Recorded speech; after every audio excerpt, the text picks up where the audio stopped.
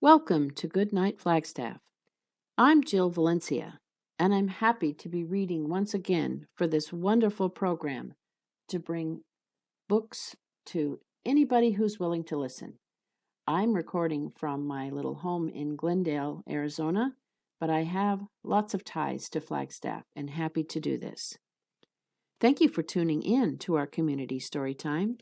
You can find a new chapter from a community-selected, family-friendly book at 8 p.m. each weeknight on the Literacy Center's social media channels and on Crater Radio, a local online radio station. The previous chapter is played on Crater Radio each weeknight at about 7:45, just before the new chapter airs. You can also listen to all previous Goodnight Flagstaff recordings on YouTube, Facebook, and Instagram. We are currently reading from the Chronicles of Narnia by C.S. Lewis, Book 4, Prince Caspian. If you'd like to check out any of the Narnia books to read along with us at home, they're all available in the Hoopla app with your library card. Or you can check one out like I did from my local Glendale library. Check one out today. Please email us if you'd like to join our team of readers and connect with your community through shared storytime. All ages welcome. Our email is goodnightflagstaff@gmail.com. Last time we read together, there was a great feast thrown by the old Narnians. Just as the feast was beginning, Dr. Cornelius, Prince Caspian's half-dwarf teacher, arrived with frightening news. Miraz's armies were on the way and would soon attack the old Narnians. The company of beasts flees to Aslan's How, a great hollow mound. Soon after, Miraz attacked Caspian and his army of old Narnians. After a defeat by Miraz, Caspian decides to blow the horn of Susan and summon whatever help will come. And now, Chapter 8, How They Left the Island. And so, said Trumpkin, for as you have realized, it was he who had been telling all this story to the 4 children, sitting on the grass in the ruined hall of Cair Paravel. And so I put a crust or 2 in my pocket, left behind all weapons but my dagger, and took to the woods in the gray of the morning. I'd been plugging away for many hours when there came a sound that I'd never heard the like of in my born days. I won't forget that. The whole air was full of it, loud as thunder, but for longer, cool and sweet as music over water, but strong enough to shake the woods. And I said to myself, if that's not the horn, call me a rabbit. And a moment later, I wondered why he hadn't blown it sooner. What time was it? Asked Edmund. Between 9 and 10 of the clock, said Trumpkin. Just when we were at the railway station, said all the children, and looked at one another with shining eyes. Please go on, said Lucy to the dwarf. Well, as I was saying, I wondered, but I went on as hard as I could pelt. I kept on all night, and then, when it was half light this morning, as if I'd no more sense than a giant, I risked a short-cut across open country to cut off a big loop of the river, and was caught. Not by the army, but by a pompous old fool who has charge of a little castle which is Miraz's last stronghold toward the coast. I needn't tell you they got no true tale out of me, but I was a dwarf, and that was enough. But lobsters and lollipops, it is a good thing the seneschal was a pompous fool. Anyone else would have run me through there and then, but nothing would do for him short of a grand execution, sending me down to the ghosts in the full ceremonial way. And then this young lady, he nodded to Susan, does her bit of archery, and it was pretty shooting, let me tell you. And here we are. And without my armor, for of course they took that. He knocked out and refilled his pipe.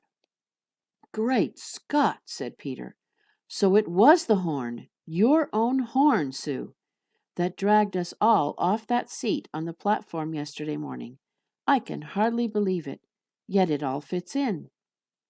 "I don't know why you shouldn't believe it," said Lucy. "If you believe in magic at all, aren't there lots of stories about magic forcing people out of one place, out of one world, into another? I mean, when a magician in the Arabian Nights calls up a jinn, it has to come. We had to come, just like that." "Yes," said Peter, "I suppose what makes it feel so queer is that in the stories it's always someone in our world who does the calling. One doesn't really think about where the jinn's coming from." "And now we know what it feels like for the jinn," said Edmund with a chuckle. "Golly, it's a bit uncomfortable to know that we can be whistled for like that. It's worse than what Father says about living at the mercy of the telephone." "But we want to be here, don't we?" said Lucy, "if Aslan wants us." "Meanwhile," said the dwarf, "what are we to do? I suppose I'd better go back to King Caspian and tell him no one has come to help." "No help?" said Susan. "But it has worked, and here we are." Um, yes, to be sure, I see that," said the dwarf, whose pipe seemed to be blocked. At any rate, he made himself very busy cleaning it. "But, well, I mean, but you don't yet see who we are," shouted Lucy. "You are stupid." "I suppose you are the 4 children out of the old stories," said Trumpkin. "And I'm very glad to meet you, of course. And it's very interesting, no doubt. But no offense," and he hesitated again. "Do get on and say whatever you're going to say," said Edmund. "Well then, no offense," said Trumpkin.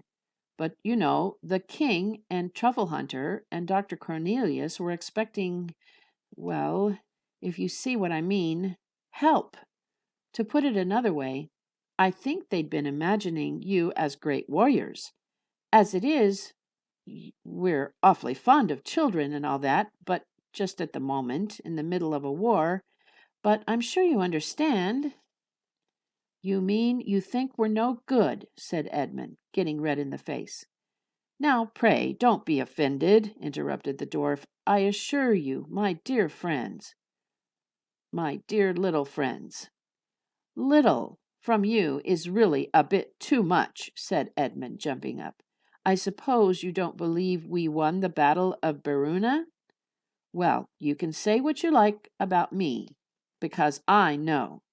There's no good losing our tempers," said Peter. "Let's fit him out with fresh armor and fit ourselves out from the treasure chamber and have a talk after that."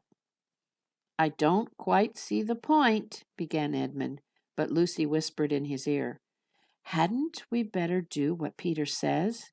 He is the High King, you know, and I think he has an idea." So Edmund agreed, and by the aid of his torch, they all, including Trumpkin, went down the steps again into the dark coldness and dusty splendor of the treasure house. The dwarf's eyes glistened as he saw the wealth that lay on the shelves, though he had to stand on tiptoes to do so, and he muttered to himself, "It would never do to let Knickerbrick see this. Never." They found easily enough a mail shirt for him, a sword, a helmet, a shield, a bow and quiver of arrows, all dwarfish size. The helmet was of copper, set with rubies, and there was gold on the hilt of the sword. Trumpkin had never seen, much less carried, so much wealth in all his life. The children also put on mail shirts and helmets. A sword and shield were found for Edmund, and a bow for Lucy. Peter and Susan were, of course, already carrying their gifts. As they came back up the stairway, jingling in their mail, and already looking and feeling more like Narnians and less like schoolchildren, the 2 boys were behind, apparently making some plan. Lucy heard Edmund say, "No, let me do it. It will be more of a sucks for him if I win, and less of a letdown for us all if I fail." "All right, Ed," said Peter. When they came out into the daylight, Edmund turned to the dwarf very politely and said, "I've got something to ask you. Kids like us don't often have the chance of meeting a great warrior like you. Would you have a little fencing match with me? It would be frightfully decent." "But, lad," said Trumpkin, "these swords are sharp." "I know," said Edmund, "but I'll never get anywhere near you, and you'll be quite clever enough to disarm me without doing me any damage."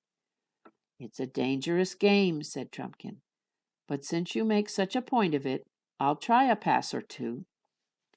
Both swords were out in a moment, and the three others jumped off the dais and stood watching. It was well worth it. It was not like the silly fighting you see with broadswords on the stage. It was not even like the rapier fighting, which you sometimes see rather better done. This was real broadsword fighting. The great thing is to slash at your enemy's legs and feet, because they are the part that have no armor. And when he slashes at yours, you jump with both feet off the ground so that his blows go under them. This gave the dwarf an advantage, because Edmund, being taller, had to be always stooping. I don't think Edmund would have had a chance if he had fought Trumpkin 24 hours earlier, but the heir of Narnia had been working upon him since they arrived on the island, and all his old battles came back to him, and his arms and fingers remembered their old skill. He was King Edmund once more. Round and round the two combatants circled. Stroke after stroke they gave, and Susan, who never could learn to like this sort of thing, shouted out, "Oh, do be careful!" And then so quickly that no one, unless they knew, as Peter did, could quite see how it happened, Edmund flashed his sword round with a peculiar twist, the dwarf's sword flew out of his grip, and Trumpkin was wringing his empty hand as you do after a sting from a cricket bat. "Not hurt, I hope, my dear little friend," said Edmund, panting a little and returning his own sword to its sheath. "I see the point," said Trumpkin dryly. "You know a trick I never learned." "That's quite true," put in Peter. "The best swordsman in the world may be disarmed by a trick that's new to him.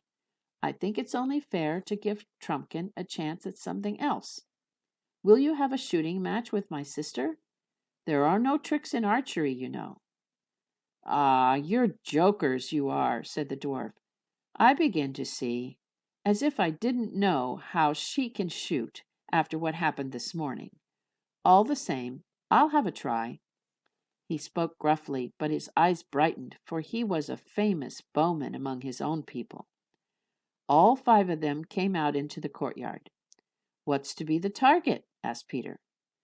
"I think that apple hanging over the wall on the branch there would do," said Susan.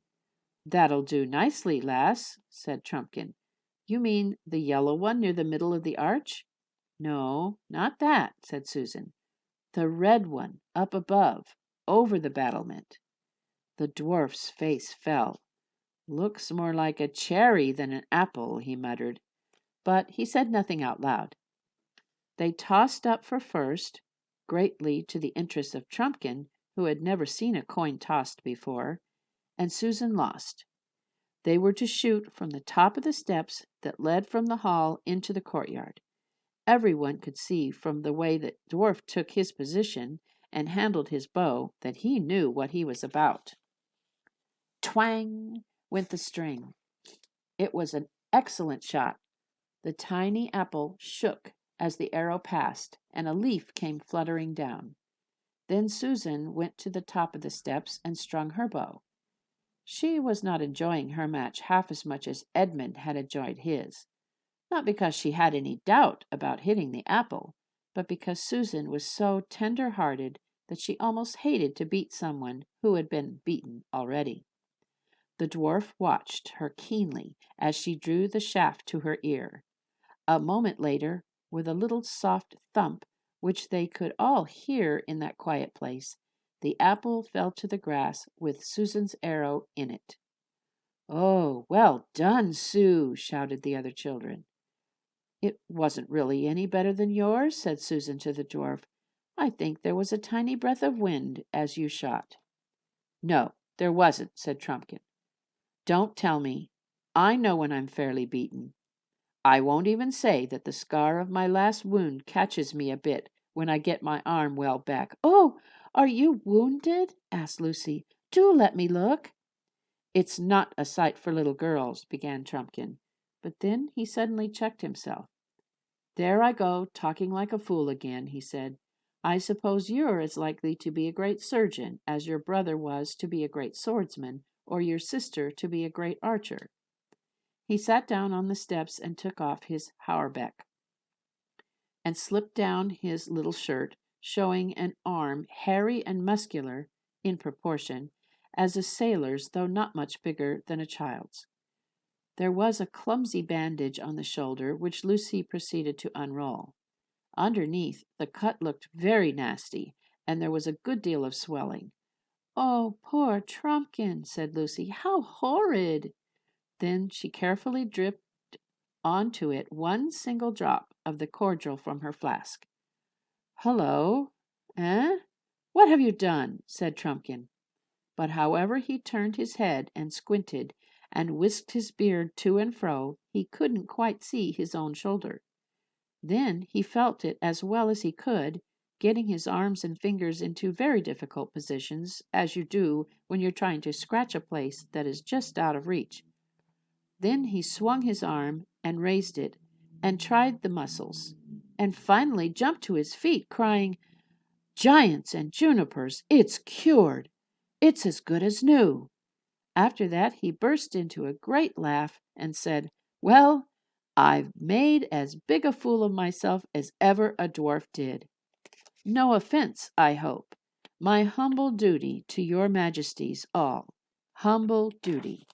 And thanks for my life, my cure, my breakfast, and my lesson."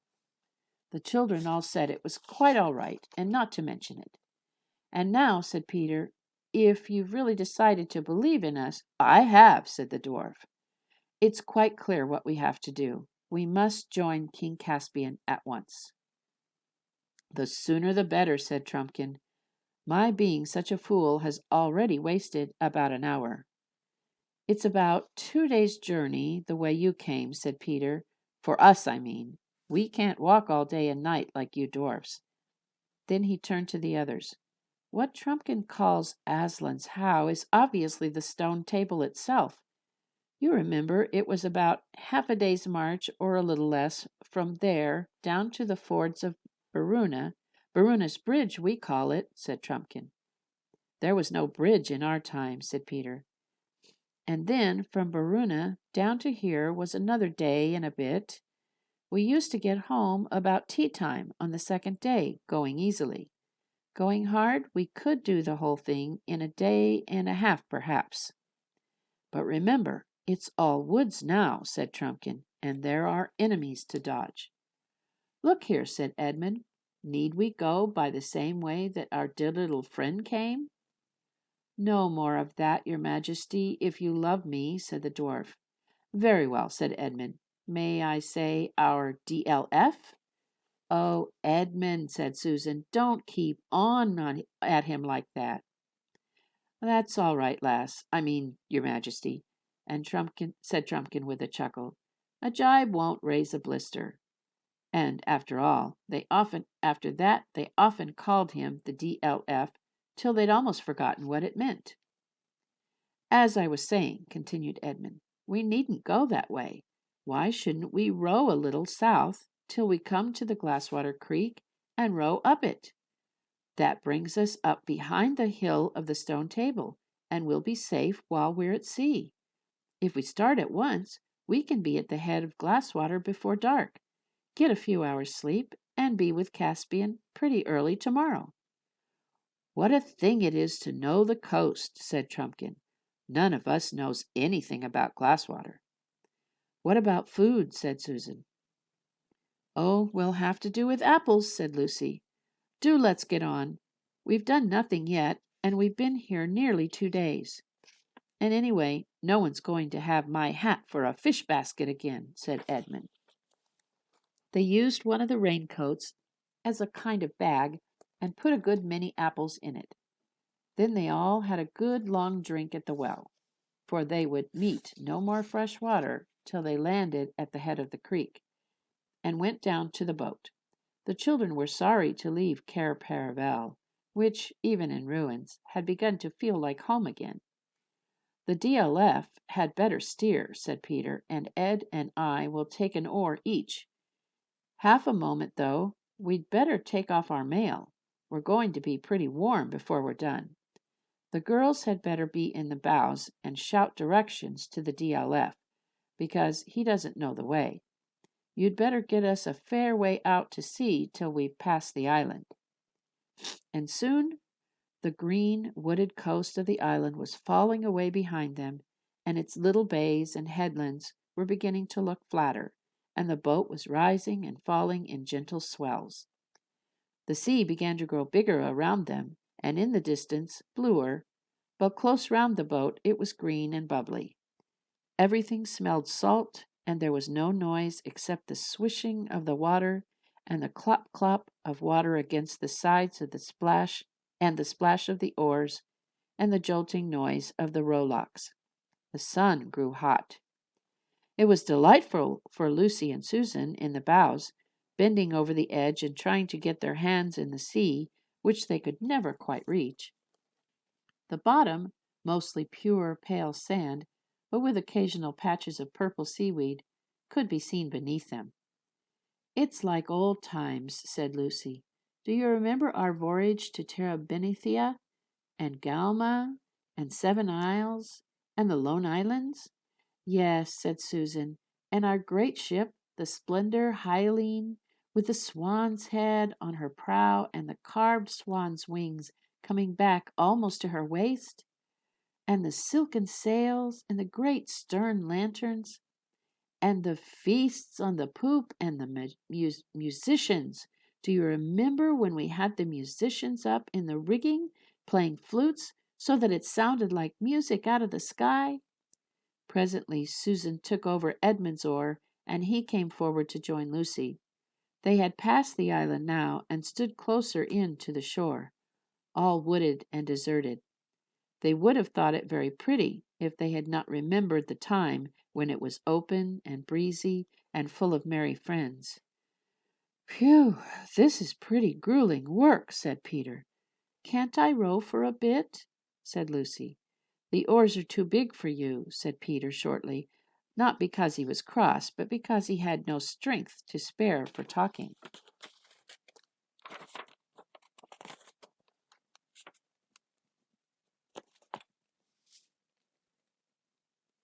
Thank you for tuning in. Join us tomorrow night for Chapter 9 of Prince Caspian. Good night, Flagstaff.